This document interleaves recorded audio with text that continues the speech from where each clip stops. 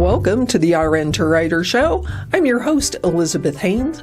I'm a nurse, but I made my living as a freelance writer, and today I love helping other nurses, and honestly all health professionals, become freelance writers too. Today we are talking about how to get started as a freelance writer with no experience whatsoever. We have a resource for you. If you're on YouTube, be sure to expand the description box to find the link to this free resource. And if you're on Spotify or Apple Podcasts, be sure to look at the show notes for the link to this free resource, which is called the Freelance 5 Protocol.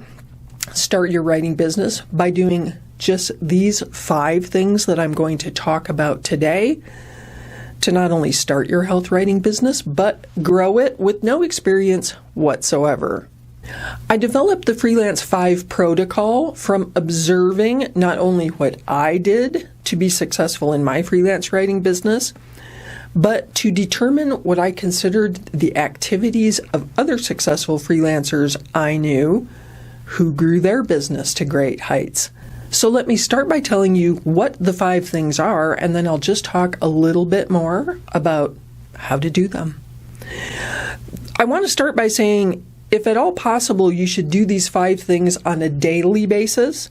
But I get nurses, because I am a nurse, I know how busy your schedule is, and to think that you need to do 5 things in your business every single day might feel very intimidating, and I don't want you to feel intimidated because it's not that difficult to start a writing business.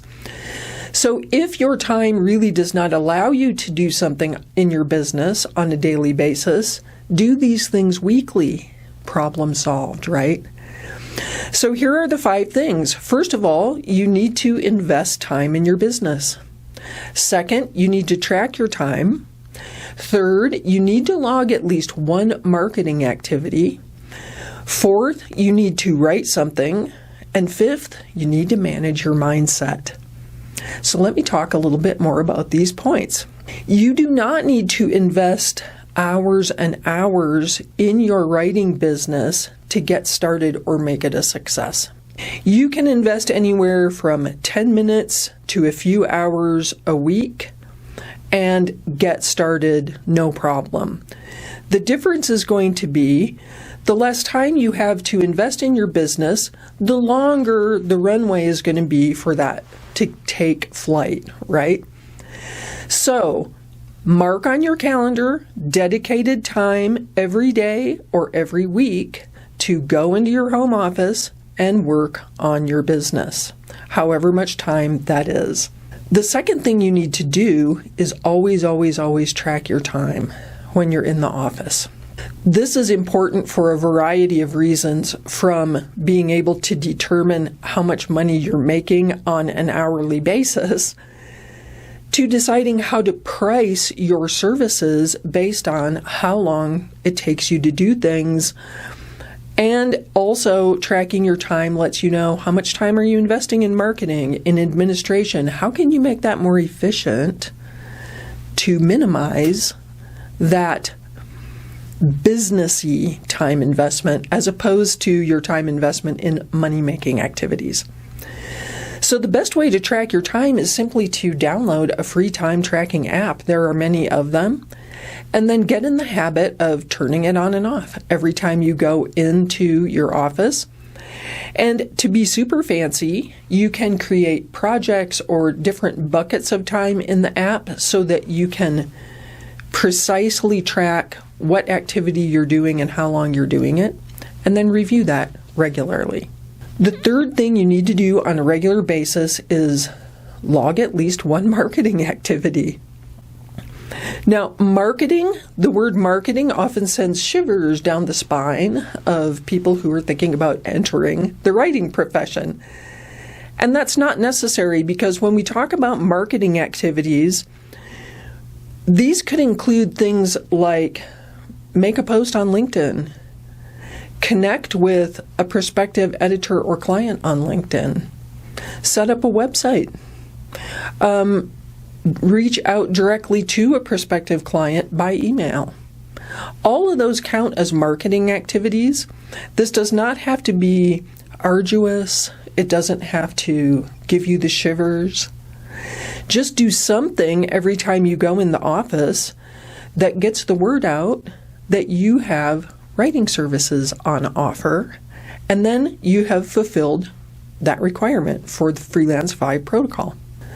The fourth thing to do every time you're in the office should be obvious, because we're talking about being professional writers. You need to write something every time you're in the office. Now, I'm not really talking here about writing a personal journal, a diary, essays, anything like that. I'm talking about business writing. So, if you have an assignment, you should be writing a deadline when you're in the office. If you don't have an assignment, write something like a blog post for your own blog, a LinkedIn article, work on your website, write a web page for yourself, work on the about page of your website, anything like that. But write something, because that's why we're in this, because we love writing. So don't deprive yourself of the fun part in order to accomplish the other business tasks. And the fifth thing I urge you to do every week or day, if you're in your office, is managing your mindset.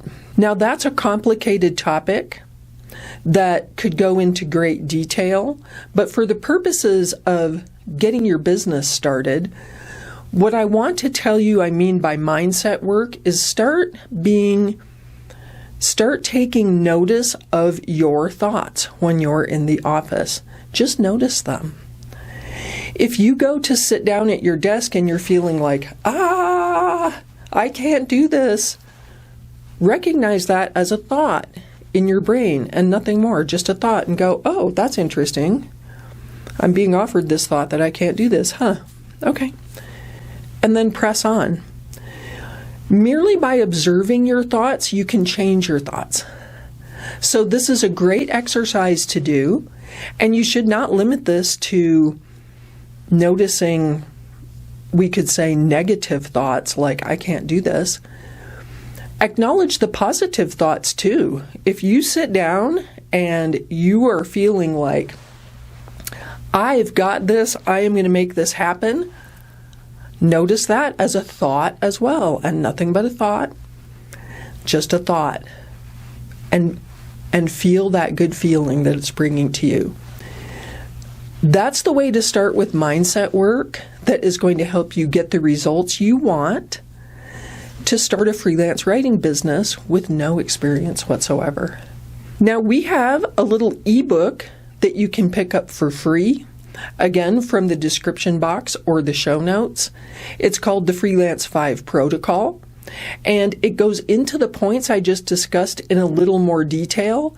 Nice that you can print it out, have it on hand, review it. And I'm telling you, if you do nothing but these 5 things on a daily or weekly basis, you are going to start finding success as a health writer. How exciting is that? Well, thank you for joining me for this episode of the RN to Writer Show. Again, I'm your host, Elizabeth Haynes. I was a 6-figure freelancer, and now I help other health professionals make good money from freelance writing too. Don't forget to subscribe to our channel on YouTube. Click the notification bell so that you know every time we post a new podcast.